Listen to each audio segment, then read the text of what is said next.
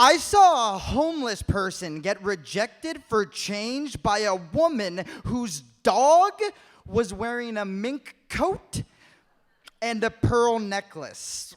I think if that happens again, legally, the man should be allowed to eat the dog.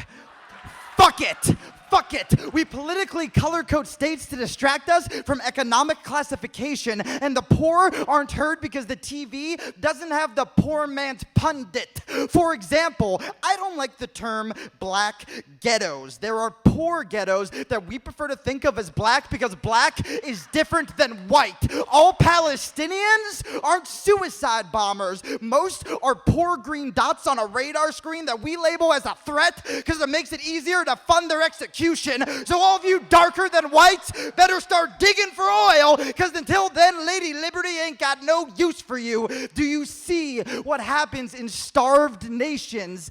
Violence isn't caused by the color of skin. It's what happens when people have to do whatever it takes to feed their families. And if our government has their way, that problem will migrate further west till we have poor against poor in the street like a Republican wet dream, a dream that we need to cockblock immediately. How many reality TV show cash prizes do we have to give away before we realize why we're hated as a nation? The real world house could shelter homeless. Road rules could fly immigrants to save their families instead of douchebags to roam.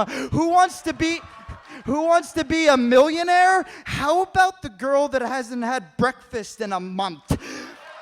Do we need a fear factor Iraq? Who wants to fix the debt?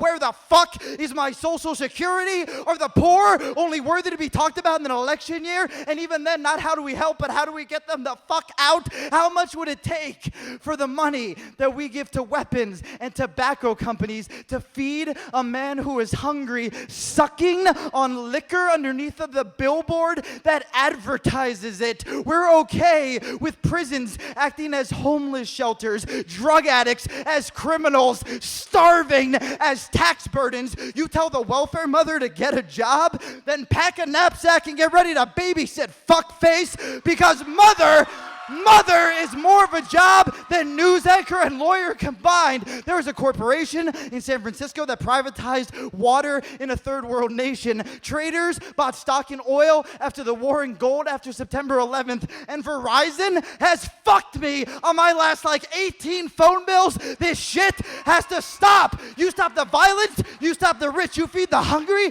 You stop the violence. You love another human being over your wallet. Then you're doing the one job in this fucking country that actually matters.